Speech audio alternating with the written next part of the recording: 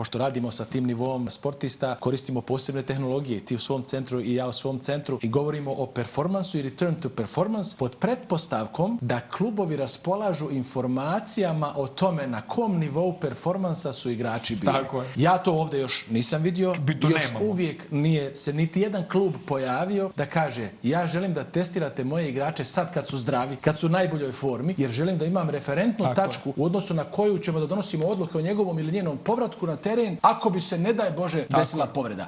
A mi, rekao sam to u prethodnom podcastu, naši klubovi već računaju s povredama. Oni kad idu na pripreme, oni vode više igrača jer računaju tamo će neko da se polomi, povrijedi, slomi, rupturira i tako dalje i nećemo ga Tako je, to kad sa strancima pričate, njima je sve jednostavno. Oni kažu, pa vrati ga na prethodni nivo. Koji nivo, mislim? Ali koji? Pa vidiš, znaš koliko je skakao, znaš koliko je pravio na izokinetici. Izokinetika, to. Ali okej, doći ćemo i mi do toga. Promenit će se i klubovi, dešavaju se dobre stvari generalno. Ja sam dosta pozitivan sa aspekta ovoga čime se mi bavimo. Vežbanje, performanse, nauka u sportu. Mislim da je situacija mnogo dobra. Dolaze dobre generacije, dolaze odlični kondicioni treneri. Ja sam onako baš prijatno iznenađen. Ja iz regije znam otprilike sve ko se kime bavi. Ja to uvek volim da kažem, evo reći ću kod vas na podcastu. Sigurno sa Balkana, iz naše regije, da ne kažem XU, ali iz naše regije, sigurno ima 10 ili 15 kondicionih trenera koji sutra mogu da rade u Real Madridu, u Barceloni, u Los Angeles Lakersima, jer ja znam ljude koji rade u Los Angelesu i ja vam kažem da su naši mladi, sredovečni momci, da su oni na tom nivou. Oni prate, čitaju literaturu, prate sve. Kreativniji su mnogo nego